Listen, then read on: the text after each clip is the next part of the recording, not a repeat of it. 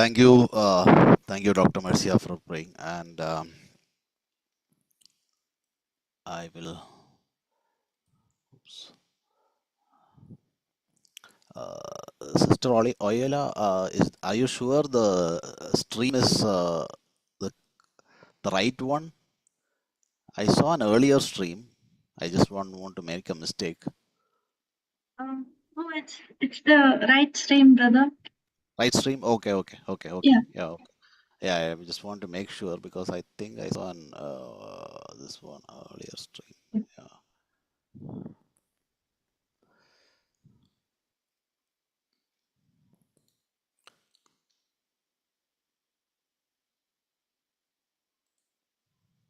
Okay.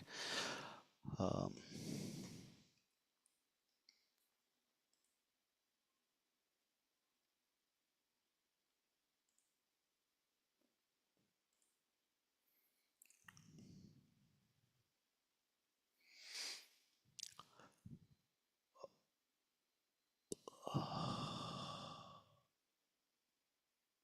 oh, okay. Thank you all for joining. Once again, warm welcome to 128th edition of India Research. Uh, we have been meeting over the last 2 years to discuss various aspects of the biblical worldview, particularly in the influence on all aspects of all aspects of society. So technology is a very important very important aspect of society. We all today, all of us function on technology. There is we are meeting through technology. We are meeting through we are using technology for pretty much everything in our life.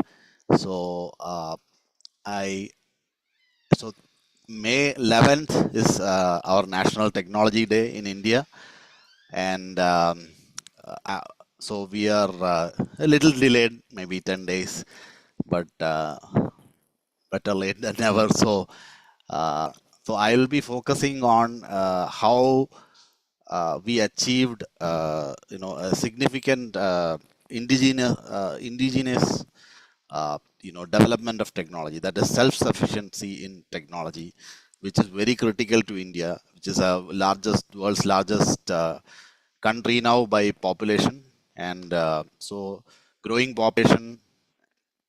So we need a lot of technology, and so we will look at uh, the impact of particularly Indian Christians on technology.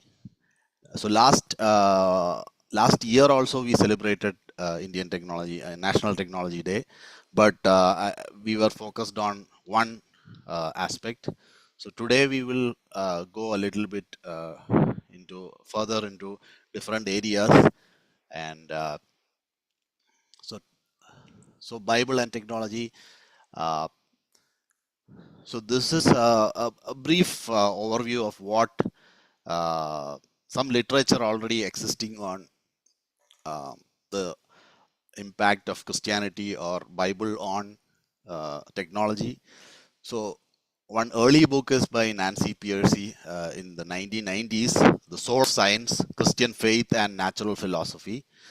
Of course, two other books which I have given here is Dr. Vishal Mangalwadi's books, which the focus is not on technology, but a lot of, some chapters are devoted to technology. So these books are very helpful in and also other books which are quite academic. Dr. Peter Harrison is actually a professor at Oxford. He's written a book, The Bible, Protestantism, and the Rise of Natural Science. Catholicism and Science, there are several books on that. Roman Catholicism and Modern Science, a history by Don Leary.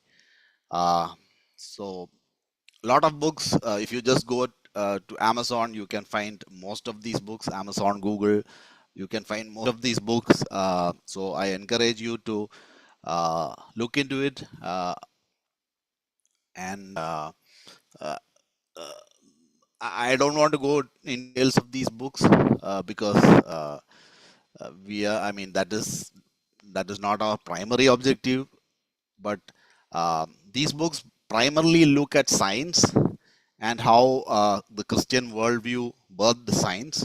So technology is a byproduct of science, or is a outgrowth of science. So technology is uh, so the Bible and science and technology really. So this is actually a snippet from the book Systematic Theology by Joel Beakley, and he quotes Nancy Pearcey, the book which I showed earlier, The Soul of Science. So he quotes that book. Scientists can investigate nature with confidentiality. Christianity, especially the doctrine of creation set forth in Genesis, provides a reasonable basis for doing science. As Nancy Pearcey and her author have noted, Christianity creates a culture within which science makes sense and is valued for Christianity teaches the world is not God and therefore is to be studied and ruled, not worshipped. The world is real, not an unreal illusion as some pantheistic religions teach. The world is ordered by the wisdom of one creator, not meaningless chaos. The world is regular in its patterns, created by a world God of law and covenant. The world is good and useful, and so the study of it is not a waste of effort. The world is understandable to us, for we are created in God's image. So, these are some of the uh, foundational doctrines on which, or underpinnings on which, uh, science and technology evolved in the modern era. So there's a lot of debate. There's a lot of propaganda as to what is. There's a lot of conflict between science and faith. So there's an artificial, a battle, which is really not true, because science and technology, faith all go together. So there is a propaganda that uh, faith is people of faith cannot do science, they are superstitious, things like that. But as we read in these books, as Nancy Pearcey has correctly said, that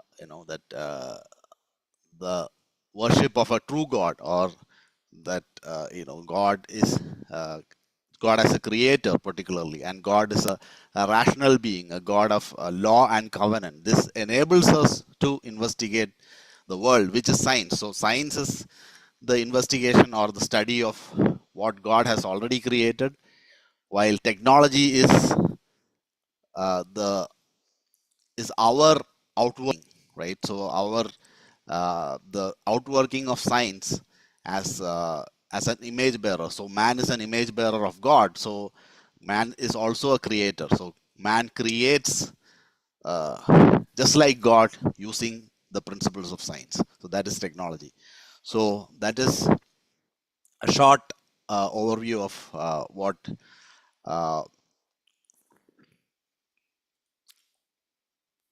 what the philosophical, or the spiritual underpinnings of science and technology.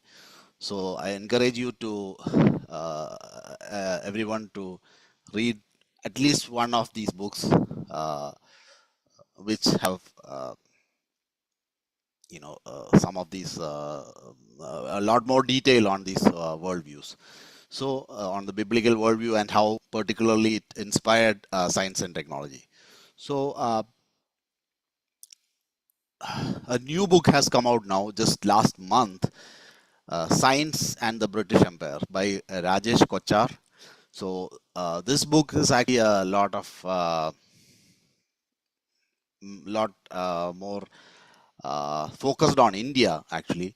So science and British Empire. Uh, so this book, I haven't read this book. This book just came out last month, just last month. So um, I've looked into some of the chapters, some of the chapter titles. So it's a very interesting book. I think a lot of material will be useful for us. Um, so someday we hope to review this book. While doing that, while on this topic of how science entered India, I think this is a good. This title is a good book. This title is a good, a reminder that science and technology, by extension, technology came to India through the British Empire. Uh, so let me. So there's a lot of. When you say science and technology, there's a lot of ground to cover. So I'll just focus on some key. I'll just focus and narrow down on some key. What I feel is some key. Things. So observatories. So in my opinion, uh, observatories were the earliest technological and scientific instruments in India. So these came. This book. And some of these papers here, which I have cited here, uh, also acknowledge this viewpoint that technology came to India, or the first scientific things came to India via observatories. So many people may know that, or think that already had observatories. So Jantar Mantar, for example, Jantar Mantar in Delhi had a lot. Is an observatory. But if you look at Jantar Mantar, it's just it doesn't have any telescopes. It doesn't have any any technological innovations. It's just a very interesting uh, way of viewing eclipses and things like that. Uh, so the first observatory was Madras, and in 1786, it is still operational. So, so all these observatories were hobbies set up by East India Company officials. So they were in India for trade, and most of them were set up as hobbies.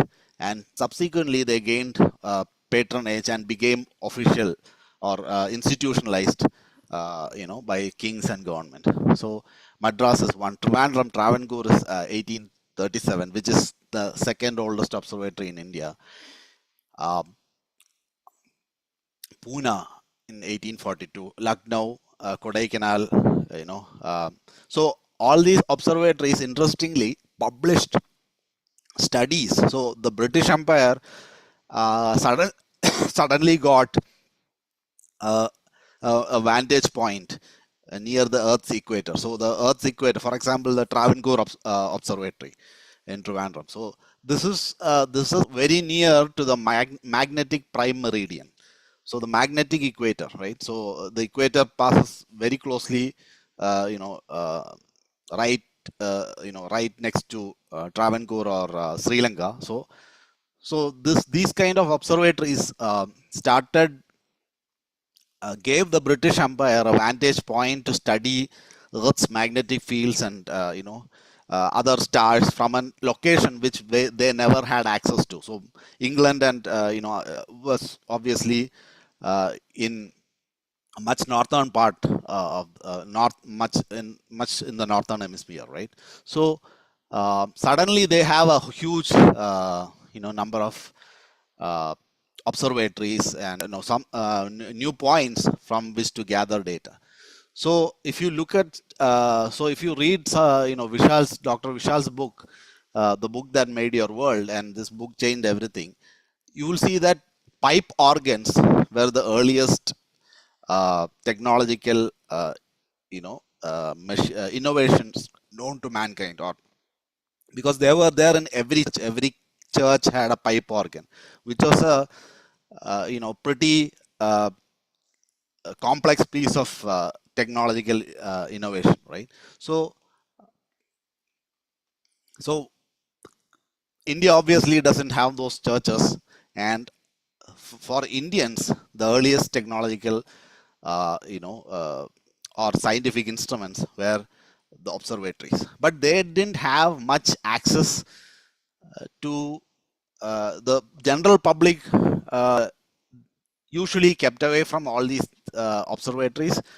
For example, this because the general public was obviously very superstitious, and they believed in astronomy more than astrology. So there is an incident in the Trivandrum or the Travancore Observatory where the king, who actually invited the one of the East India Company officials to start, because he had an hobby, he had a side hobby, he had some set telescopes, and the king came to know about it. The king invited this gentleman to start the observatory, and the king used to go there to the observatory, not to observe the stars, but to understand how his astrological stars aligned with uh, the stars, with the observation from the telescopes. So, uh, so you have to understand that in this, these observatories were there, but they were not really used by the general public. Although studies were done by the British and published in the Royal Astronomical Society journals, in the 1800s. So we see that science and technology entered India in the in the 19th century, right? The 1800s, and in different parts of India, Madras, Trivandrum, Pune, Lucknow, Kodaikanal, right? So these are the earliest entries. So we will focus on. So that is a brief introduction to how science entered India.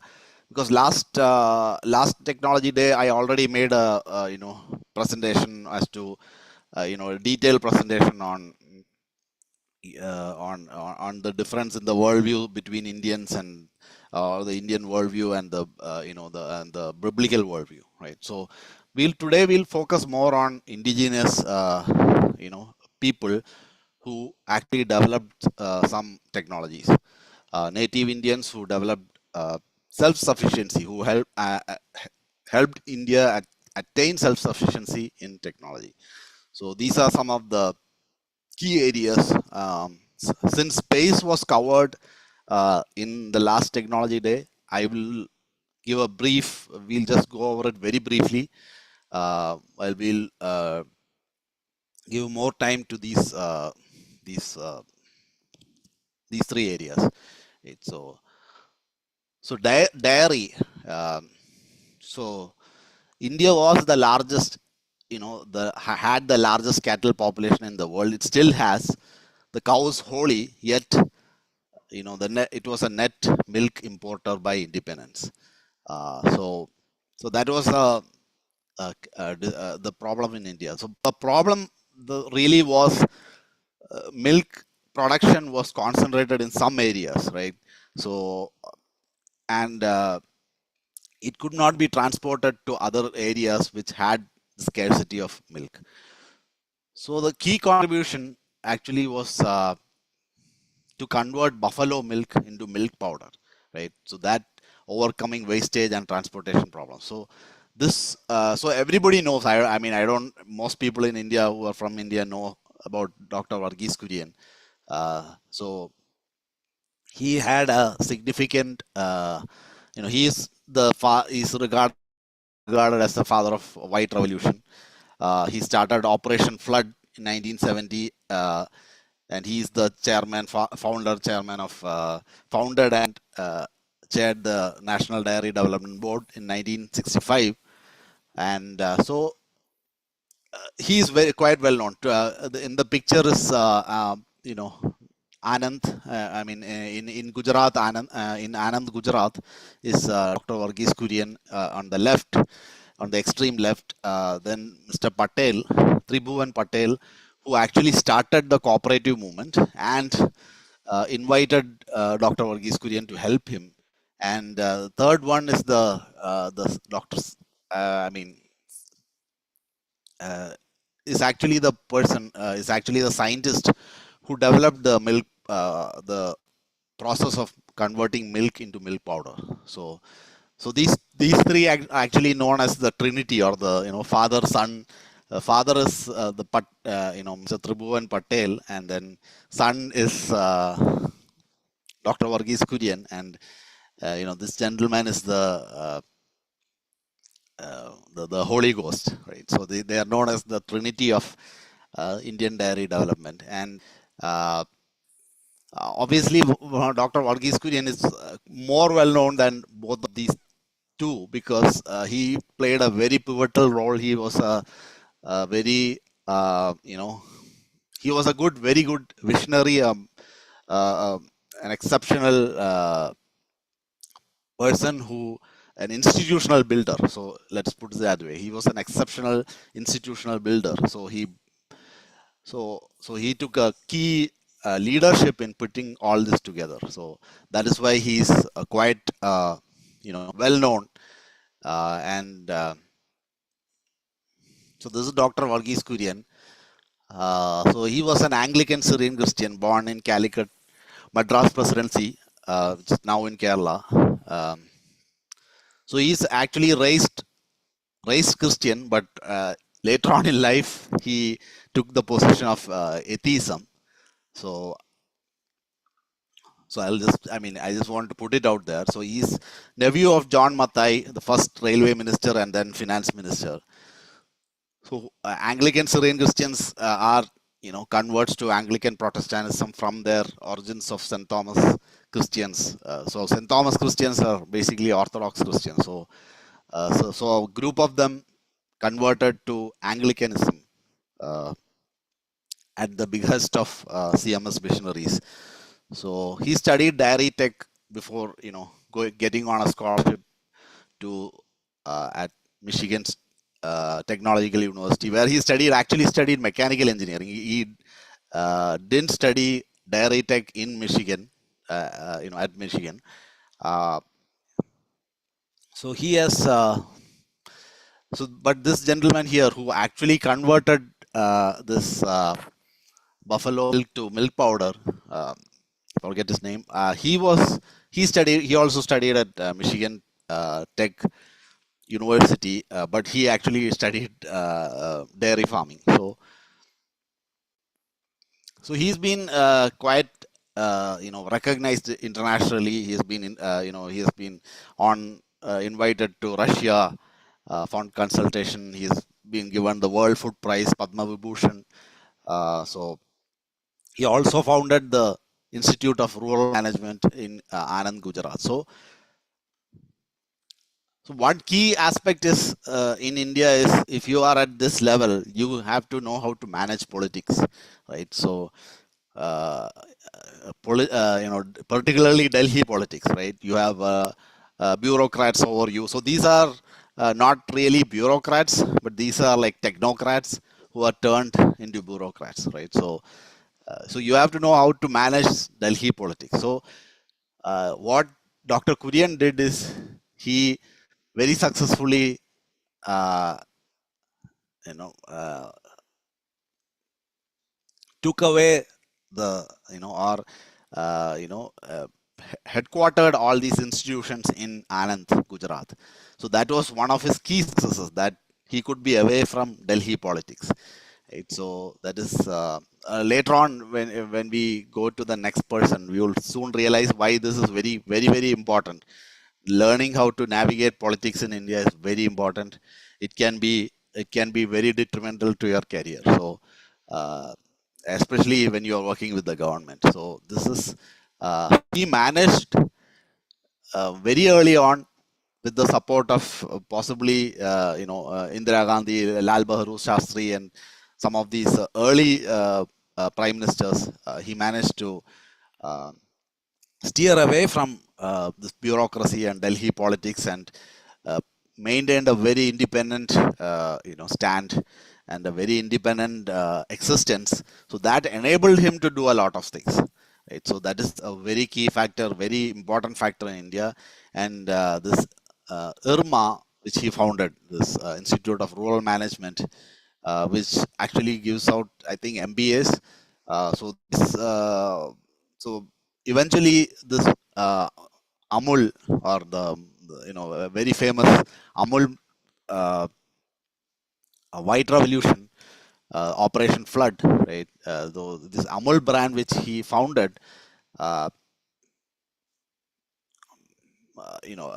that model was that cooperative model was copied by many other cooperative societies. So he's also known as the father of cooperative movement in India in one sense, right? It's not purely that, but he was very instrumental. He was a key person in propagating that model. Right? Uh, so that's what Dr. Varghese Kurian. So you have to understand this, that India was a net importer of milk, right? And through Operation White Revolution from 1970 to by 1998, India became the largest milk producer in the world and the next exporter, right? So that is a very key achievement, very, very key achievement. So that is why White Revolution is on par, seen on par as Green Revolution, right? So this is key, very key, uh, extremely important key factor to India's development, right? Because many Indians are vegetarians. Many Indians are vegetarians, and their only nutrition is, and their only animal product, the animal product they consume is milk. So it is this milk is very important to India more than other countries, because other countries consume more meat. So to get this protein, uh, this this this achievement, to to feed people protein, this achievement of Dr. Varghese Kurian was very, very, very important. So he's been nationally recognized, just like Green Revolution. So in the 1960s, so post World War II, post independence, there was a huge famine situation in India, right? There was a huge famine situation all over the world. China, Mexico, many of these third world countries, or this countries which were uh, which became independent at that time, they faced a huge problem, right? So Varghese, I mean, of shortage of food grains, of shortage of milk, World War II, all kinds of problems were happening. So Dr. Varghese Kurian's, contribution is phenomenally important. Phenomenally, I mean, it cannot be, understated, right? I mean, it cannot be overstated what he did, right? Uh, we'll move on to the area, which is actually military tech. But before coming to military technology, uh, we will look at an education science pioneer. Uh, so his name was Dr. G.S. Krishnaiah. Uh, so he is a Tamil Christian settled in Pune. So his period was 1898 to 1967. So he had a PhD from Columbia Teachers College in 1929 from the US, and he was an educational attaché in 1947. I mean, post-independent, and he was an inspector of schools, Government of India. This person is not very well known in India. I mean, most people, everybody knows the Dr. Kurian, Amul and the brand, but this person is not very well known. But he played it. It seems he played a very key role in uh, in the history of Indian technology. Um, One, he was a mentor to a lot of people. He started Sunshine, which is the first Indian magazine for children and teens in 1951. So this was modeled after Scholastic. So there are magazines in the US called Scholastic, Popular Science, etc., which inculcated science and technology in um, children in the US, right? this magazine was the very first Indian magazine, and it contained a lot of DIY technology projects and science and projects and explanations and things like that. So he played a pivotal role in Dr. Krishnaya, pivotal role propagating science and technology in India, right? So he was a mentor to people like Dr. Tom Kailath. I'll come to who Tom Kailath is, and he supposedly persuaded the government of India to start a telecom program, right? Of course, we all know that the father of telecom in India is Sam Pitroda, right? I mean, there's no absolutely no. I'm not trying to say that Dr. Krishnaya is the father of telecom, but I'm just saying that this person had a very pivotal role in, uh, in the history of science and technology in India. Right? So Sam Petroda, of course, we know. I mean, he's still alive. He started. He developed the indigenous technology for telecom related telecom exchanges, right? Indigenous telecom exchanges, right? So interestingly, I got this snippet about Dr. Krishnaya from Dr. Tom Kailath. Tom Kailath is a professor in Stanford University. So you can watch that this in YouTube, the oral history of Tom Kailath, Computer History Museum. So the Computer History Museum is a museum in California, Silicon Valley, California, and they have a YouTube channel, and Dr. Tom Kailath speaks about Dr. Krishnaya, who was very influential in his in his career. Right? So uh, so this is the mentoring tree of the person whom we are going to come to next, right? Uh,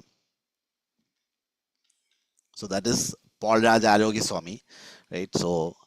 Uh, so Krishnaya, Dr. Krishnaya, uh, Tamil Christian, settled in Pune, mentored Dr. Tom Kailath, right? Tom Kailath uh, is the first Indian to obtain a PhD from MIT uh, in the US, and he's a very well respected, very phenomenal, uh, you know, uh, electrical engineer, and he did a. I mean, his inventions and his theories are very well spread out and used by many people all over the world, right? And he's got the national, the presidential medal of technology, right? So presidential medal of freedom or technology, and from the US president. So he's very well decorated, Padma Vibhushan, of course. So he's very well, well respected, still living.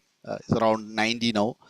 Uh, he's from a Syrian Christian family, and so he mentored. So he played a pivotal role in mentoring Dr. Paul Raj Arogya Swami. So Dr. Paul Raj Arogya Swami, we'll come to him, and he was a student at IIT Delhi, a PhD student at IIT, and Dr. Tom Kailath came there and spoke about the advancements in technology and particularly in signal processing. And this inspired Dr. Paul Raj Arogya Swami to uh, take up signal processing as his career, which eventually led to we'll come to that, right? So this is the this is how things work, right? So Dr. Krishnaya started Sunshine, um, and mentored Dr. Kailath, who was a bachelor student at Pune Engineering College, right? And then this happened in the 1940s and 50s. So 1940s, 50s, and eventually Tom Kailath mentors Arogya Swami in the 70s, right? 70s and 80s. Uh, so we'll come to the next, which is which section, which is military technology, right? So historically, India has been completely dependent on imports for military technology. Uh, Heavily dependent. So even today, 90% of India's technology is military technology is imported, and it is the largest for expenditure in line expenditure in India's budget. So defense budget is the largest, uh, you know, uh, largest spend for India, right? Next, very next to oil and electronics. Uh, so no major indigenous technology has come out of India for for military. Tejas, the light combat aircraft, has been in development for the last 4 decades. Yet to see, it has never been inducted into the military. It's or the air force, and so it it is a complete. If you look at military technology in India, it's a complete failure, so to speak, right? Missiles, which is heavily dependent on Russian collaboration. BrahMos is the, if you look up BrahMos, it's the collaboration between Russia and India to manufacture missiles. So mostly it has been a complete failure, except the exception is the Navy radar, right? So that is where uh, Paul Raj Arogya Swami comes in. So Dr. Paul Raj Arogya Swami is single-handedly led and deployed the naval sonar radar in the 1970s. It is actually one of the first, or the first, major indigenous military technology to come out of India, right? And it was totally audacious in the 1970s to attempt something of this sort, right? Because you have to understand, this aircraft project did not start. None of this attempts at indigenous technology did not even start at that time. So this was an absolutely audacious attempt, and he led, and even today it is successfully deployed, and even today the Navy's radar, the radar used in submarines and ships, particularly underwater radar, is uses the same basic core technology Dr. Paul Raj developed in the early in the 70s and 80s. So most of it is we don't know much about all these things, because this is all covered under the national secrets, or whatever. I mean, National Defense Act or Secrets Act. So there's not much material out there about what is the nature of the technology, or what he did, things like that, other than some talks from his uh, you know uh, him in between, right? Far and few between. So he was also the founder director of uh, or the founder of 3 national labs, right? CDAC, I mean, many people might know CDAC, which is the Center for Development of Advanced Computing. Then, the Central Research Labs of Bharat Electronics, and of course, so basically he founded 3 national labs. Also, in addition to the leading the technology development for naval radar, and he famously retired from the Navy as Commodore and left India due to politics. So we come back to what I was saying earlier with respect to Dr. Kurian, right? If you don't know how to manage, Varghese Kurian, his main strength was he knew how to manage politics, Delhi politics, bureaucrats, politicians. If you don't know how to manage them, or you know basically it is a make and break. So Dr. Paul Raj is a exceptional scientist, a world famous, world renowned scientist.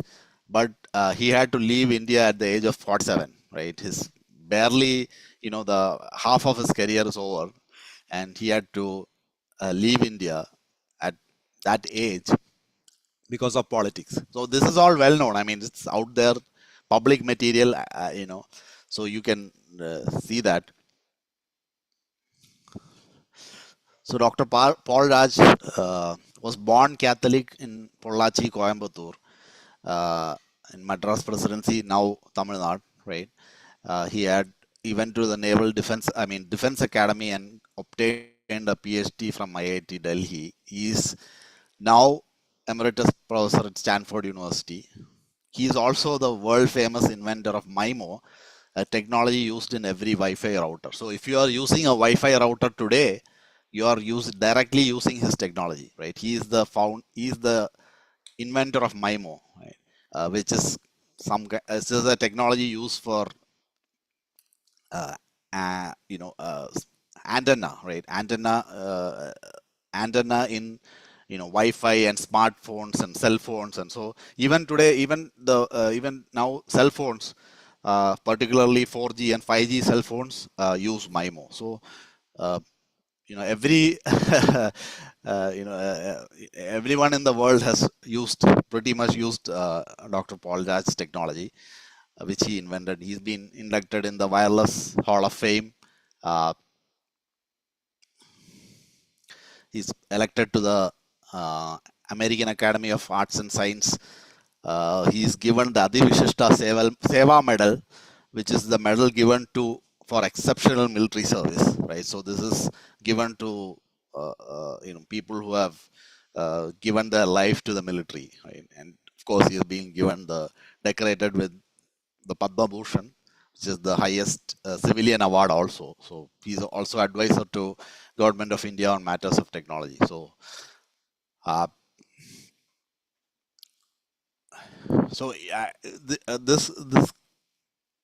this theme of knowing how, if you are working with the government or you're working in the government, you have to know how to handle the bureaucrats and politicians. So this is a recurring theme which we find in India, which it can basically make or break your career or what you're doing, right? So Dr. Paul Raj was a victim of Indian or Delhi politics. I mean, I don't want to say Delhi politics. I mean, it just means the national capital, right?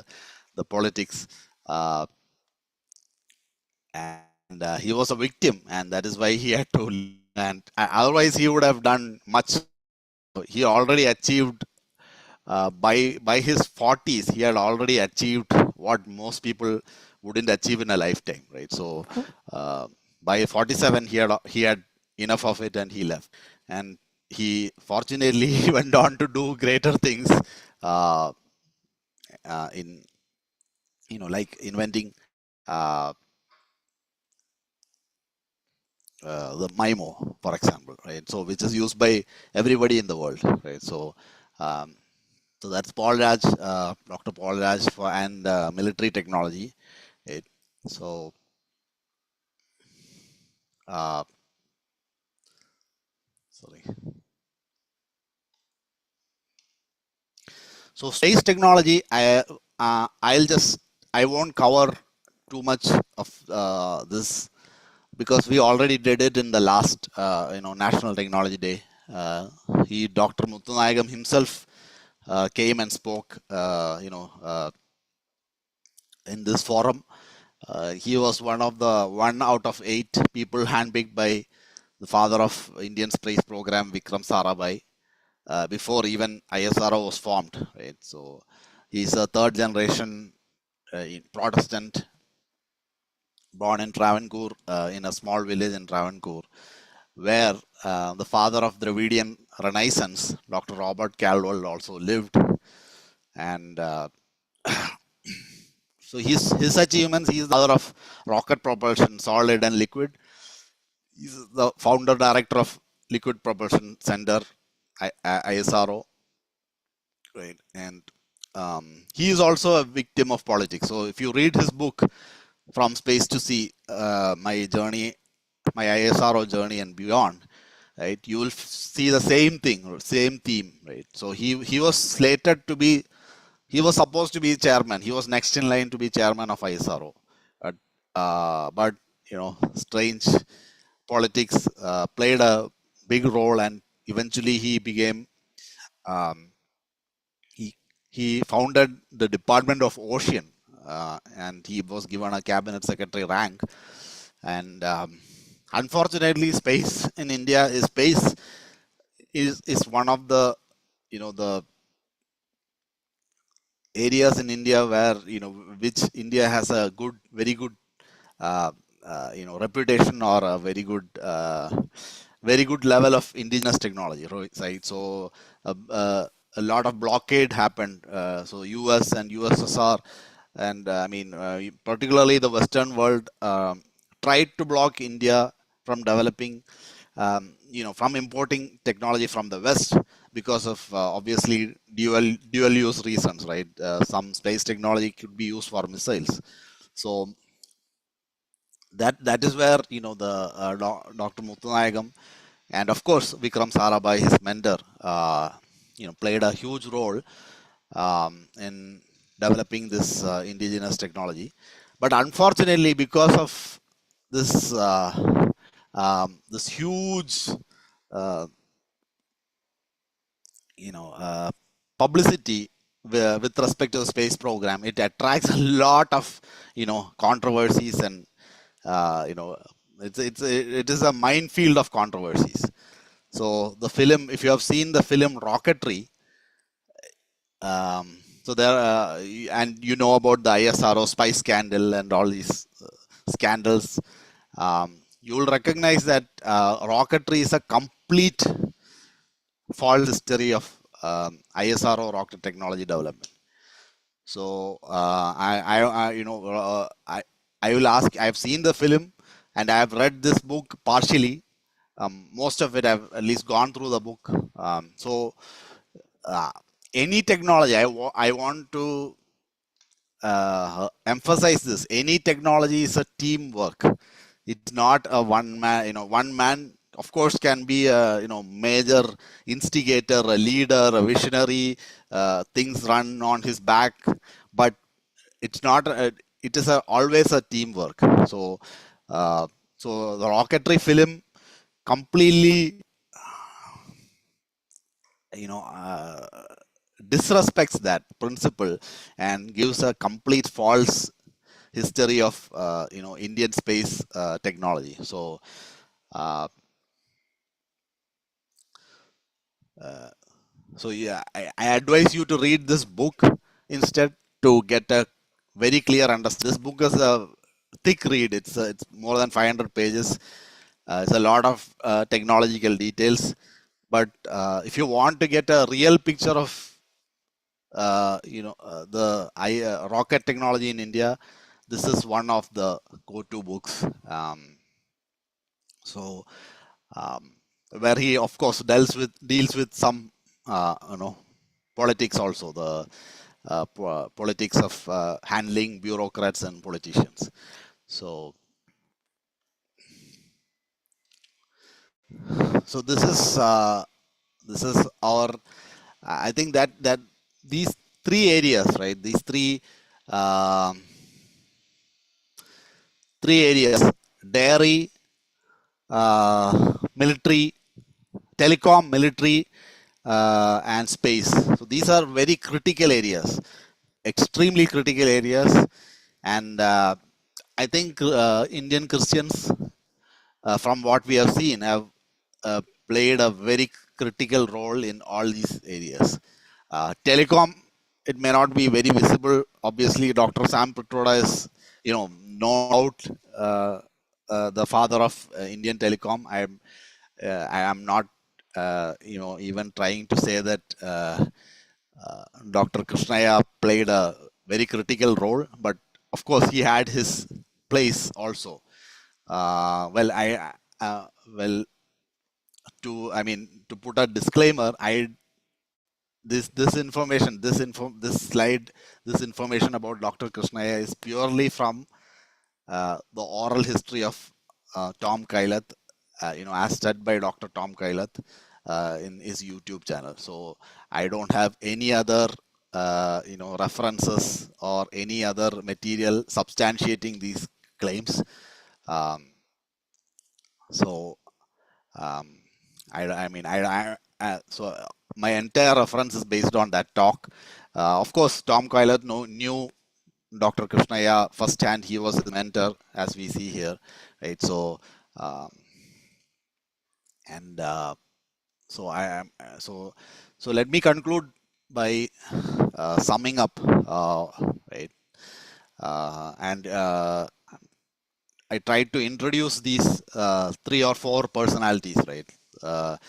Varghese Kurian, Krishnaya, G.S. Krishnaya, um, Paul Raj Arogya Swami, and of course Abraham Muthanayagam, which we introduced in a detailed fashion last year. So, these several of these these 4 or 5 people played a very critical role in self-sufficiency in Indian technology, right? So, um, developing a self-sufficient India, right? So that is a key role they have played in this, and of course, this is not possible without some of these universities.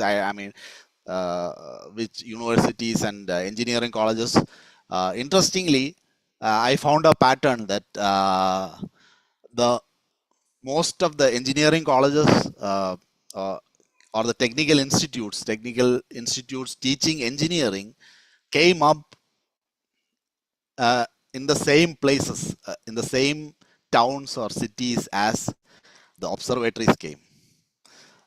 So you'll so that is a interesting pattern you can see. Madras observatories were the first, Gindi engineering colleges, right?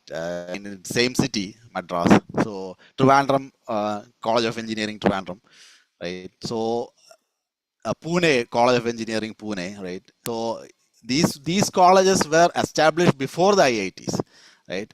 So maybe one exception is Bangalore and Vishwesvaraya, and Vishwesvaraya's college, and of course Bombay, uh, the VJIT college. So all these colleges before IIT. So IITs were established in the 1950s, right? Before the IITs were established, these colleges played a very critical role in uh, you know shaping the technology, people, or educating the technology uh, uh, folks in India. So educating the engineers in India, right? So uh, and many of them were centered around uh, these observatories, right? So Lucknow, there are number of them in North India. I didn't go too much into that, but these were the earliest. I've covered all the observatories in the 1800s, right? So so we can see that pattern, right? So the Britishers come, they introduce observatories, and slowly engineering colleges also start to, because they were very critical, right? Observatories, you need to observe stars. uh, Indians already had a fascination with astrology, right? So looking at stars through a telescope obviously makes it more attractive. So that was an entry point. So observatories were an entry point into the Indian, you know, mindset, or the Indian culture, which was steeped in astronomy and superstitions. So uh, through observatories, science and technology entered India, and uh, eventually engineering colleges and technical institutes started uh, building up around the same places, and produced uh, you know many of these gentlemen, right? Tom Kailath, Arogya Swami, Varghese Kurian. Um, so, so I think that pretty much sums up um, what we set out to do, celebrate National Technology Day, uh, and the impact of Bible on the world. I mean, the impact of the biblical worldview, which was bought by East India Company officials and missionaries, and eventually produced, you know, self-sufficiency in many of these areas, right? Dairy, telecom, military, and space. So,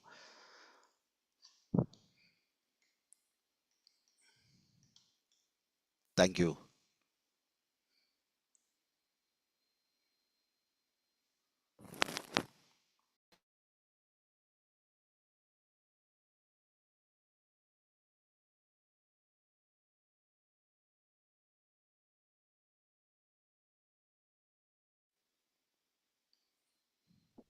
Thank you, brother. It was very comprehensive, and you took a very nice what journey of India science and technology through Christian influence. I think I just mentioned in the chat about Dr. Tessie Thomas, who's the Missile Woman, who's called Missile Woman, who's a Catholic, but then she has made a good impact. Uh, yes. And there are other Christian women also, India Devo, which I think we should try to encourage and promote. And recently I came across I think I posted in the groups also that we are lagging behind in chip designing in India, and we need, there is a huge skill gap. So I'm just wanting some of us who have knowledge in technology, uh, or some experts who can train our youth so that the skill gap can be met. I heard that around 150,000 young people are required immediately, but there is dearth of skill. Yes, thank you, Dr. Marcia. Yes, yes, what you're saying is absolutely true. The semiconductor is a very critical area in which India has zero um, capability. Um, so we don't have a leader or in that area in India. So yes, we can. I mean, we can look into it, but it's not a very easy area because it's very extremely technical. Um, I have some experience in that area. Anyway, I mean, I won't go into my thoughts on that, but generally, I think uh, I, those kind of the experiences are more from corporate world, corporate technology companies. You get this experience from corporate technology companies. It is not typically found in small technical training institutes or those kind of institutes. Typically not there. And there's a huge scope. The scope of the jobs are huge, very huge, in the sense there are very specialized jobs, uh, number of very specialized jobs, and there's no overlap between these jobs. So it's it requires a special, perhaps a task force to uh, to look at the entire area and map it out, what can be done. But regarding your comments on Tessie Thomas and people like that, of course, I have only looked at. So when I look at technology right now, at least the last year and this year, we have been looking at pioneers, the fathers. So Tessie Thomas, obviously, she is a much, I mean, she's much farther down the line. She father of Indian space program is Indian. I mean, Vikram Sarabhai, and father of rocket propulsion is Muthanayagam, Dr. Muthanayagam. So we don't have any. I mean, if she has developed a complete area, or she can we can claim to be a father of, or the mother of that area, then of course we can take a look. Um, so so I have limited myself to people who have been pioneers, who have led, or started this area, or led this area, and successfully, and produced great results. So that is one criteria I have used to and narrow down these people. So I mean, to whom to pick, and what to select, because there's of course, there's a lot of people who have contributed to technology, Christians and non-Christians, and all kinds of people. So, but who made the pioneer contribution? Who made the key contribution? Who started this started the field, started the area? So that is one key aspect I've looked at. Yes. Any other questions or comments?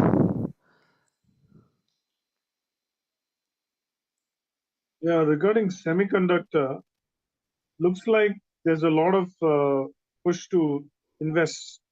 Private parties are coming up, like Zoho. They're trying to build their own silicon chip, I think. So, do you have any thoughts on that? Like, Yes, like I used to TSMC. I used to work in this industry. So this is an extremely capital intensive, extremely high risk industry, because you have to invest a lot of capital, typically in the range of 1 billion US dollar upwards. So factories cost anywhere from 1 billion to several billions, like 10 billion US dollars. So this is extremely risky. Only people who have deep knowledge and market knowledge, and business savvy, and of course the technological background can um, do such things. So there have been over the last 20 years, we have been hearing the same story, right? Semiconductor fab, which is fabrication unit of semiconductor fabrication unit has been is going to come up in India. We've been hearing this story and noise since last 20 years, but more than 20 years, and nothing has happened so far. So whatever I hear, I'll take it with a pinch of salt.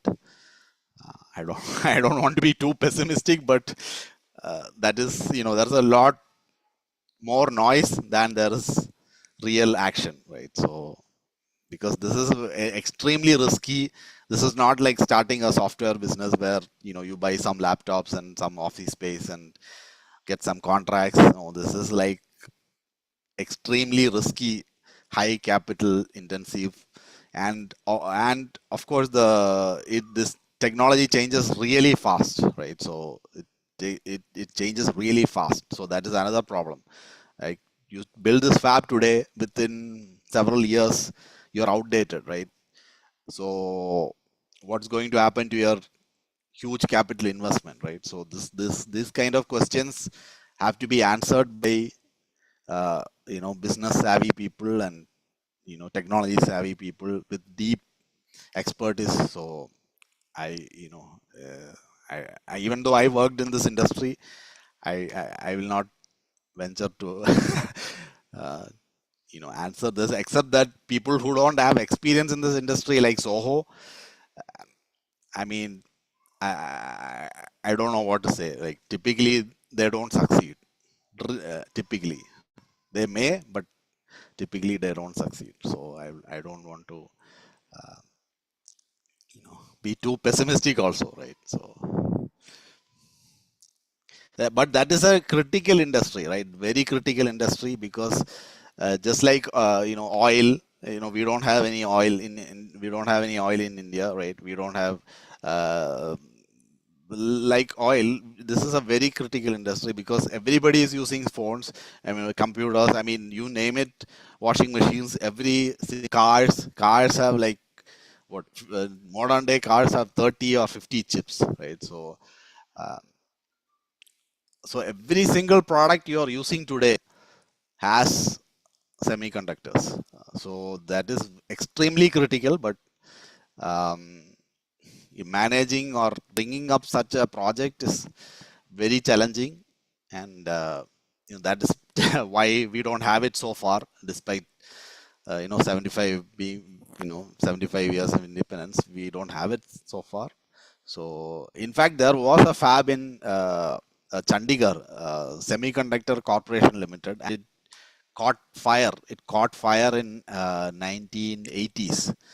So so if you know the people who worked there, I knew some people who worked there.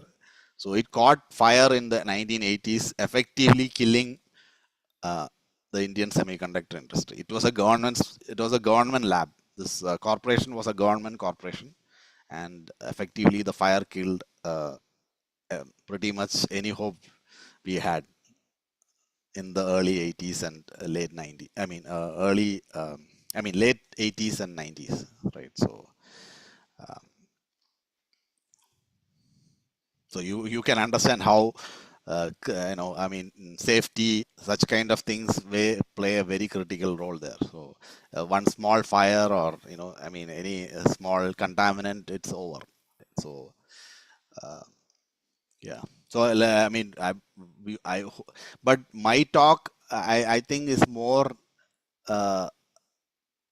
uh, towards uh, giving an introduction to uh, a generation of people who played a key role, who fathered Christians, who fathered key technologies in India, right? Because all these people, every single one of them, Varghese Kurian is dead. I mean, passed away. Uh, and all the others are still living. They are in their 90s. They are in their late 80s and 90s. So an entire generation has passed, is passing away, and I am not sure if there is um, more Indian Christians in the pipeline for this kind of like say semiconductor or such kind of areas, to champion that area and to lead that area or to father that area. So I think that is hopefully this is an eye opener, an inspiration to the next generation. I am also part of the next generation, but to see what many people before them did, right? So yes.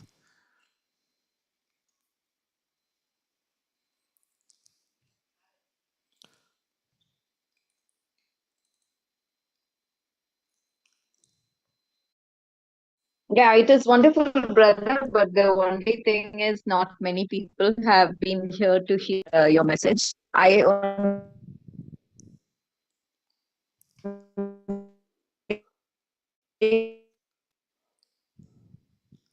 You're breaking up. Yeah, I think poor connection, but it's been streamed, live streamed, so hopefully people will take, and yes.